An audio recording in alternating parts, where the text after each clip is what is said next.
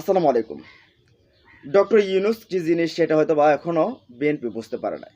বিএনপির নেতাকর্মীরা মনে করছে কি যে ডক্টর ইউনূস খুব সহজ সরল মানুষ তো, সাদাসিধা মানুষ। তাকে যেটা বলবো সেটাই তো হবে। এইজন্য বিএনপি কখনো ডিসেম্বর নির্বাচন, কখনো ফেব্রুয়ারিতে, তারপরে ওই যে লন্ডন গেছে তারেক রহমানের সাথে দেখা করছে প্রধান উপদেষ্টা। বলছে, "না, ফেব্রুয়ারিতে দিয়ে দেবো নির্বাচন।" বিএনপি তো মহা খুশি যে এখন ফেব্রুয়ারিতে নির্বাচন হয়ে যাবে। আর কয়টা মাস আছে মাত্র, তো ৮ মাসের মতো আছে সময়। এর ভিতরে নির্বাচন করে যাবে, তারপরে তারা ক্ষমতায় চলে যাবে। তারপর তো আর কি এই যে হিসাব নিকাশ তো যা আছে এগুলো হবে।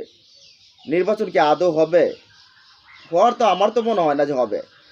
কেন দেখেন, মাঠ পর্যায়ে যে একটা অস্থিতিশীল পরিবেশ চলছে, সেই অস্থিতিশীল পরিবেশে কোনো দলই নির্বাচনে যাবে না। যদি থানা থেকে আসামি যদি ছিনতাই করে আনা যায়, ওই যে রাজপথে যদি মানুষকে পাথর চাপা দিয়ে হত্যা করা যায়, তাহলে এগুলো দেখে কি কোনো দল নির্বাচনে যাবে? বিএনপি ছাড়া। বিএনপি তো তারা মনে করছে এককভাবে সব সিট পেয়ে যাবে, তারপরে এরা ক্ষমতায় চলে যাবে। যাইবে? যাবে না। এখন ডক্টর ইউনূসও মনে করছে যা নির্বাচন যখন নিবি ভালো করে নে।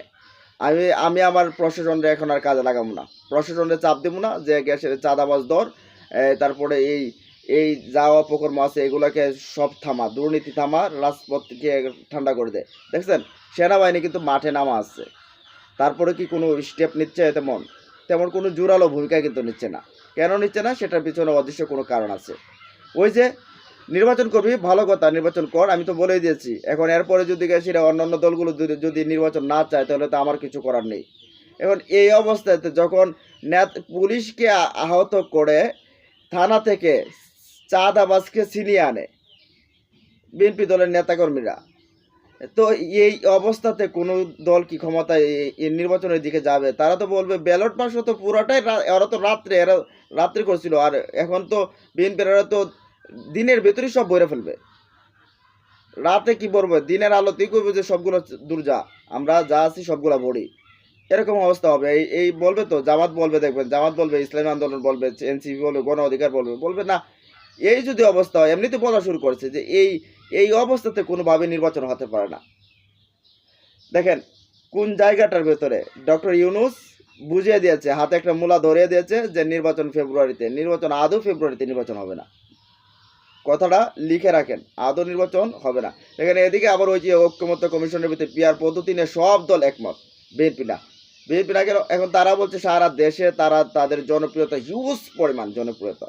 এখন পিআর পদ্ধতিতে যদি হিউজ পরিমাণ জনপ্রিয়তা হয়, তাহলে তো তারা অনেক বেশি এগিয়ে, তাহলে তো তারা মানার কথা, কিন্তু তারা মানছে না। তারা পিআর পদ্ধতি চায় না, তার বিদ্যমান পদ্ধতি চায়। বিদ্যমান পদ্ধতিতে একটা স্বৈরাচার তৈরি হয়। তার আসন যারা একটু বেশি পায় তারা স্বৈরাচার নিজেরাই তৈরি হয়, এটা বিদ্যমান পদ্ধতি।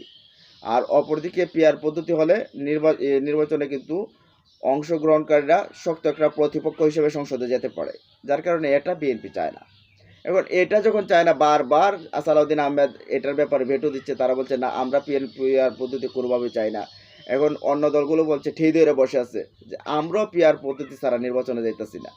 এখন অন্য দলগুলো যদি জামাত না যায়, ইসলামী আন্দোলন না যায়, গণ অধিকার, এনসিপি যদি নির্বাচনে না যায়, তাহলে কি বিএনপি নির্বাচন যাইতে পারবে? চিন্তা করে দেখেন, পারবে না।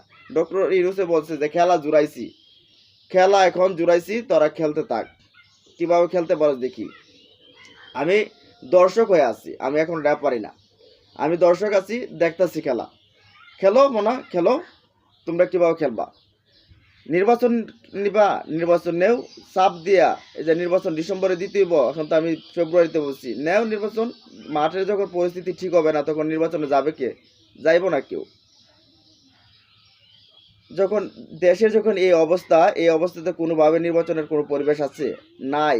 এদিকে খুন হইতেছে, ওদিকে মারতেছে, এদিকে চাঁদাবাজি, এদিকে সন্ত্রাসী, এদিকে জেল থেকে আসামি চিনে আনা, ওইদিকে পিটিএ মারা, তারপরে পুলিশকে মারা, এই এই যখন নানা যখন বিতিকিচ্ছা, তখন কি দেশের ভিতরে কোনো নির্বাচনের পরিবেশ আছে? পরিবেশ কোনো কিছু নেই।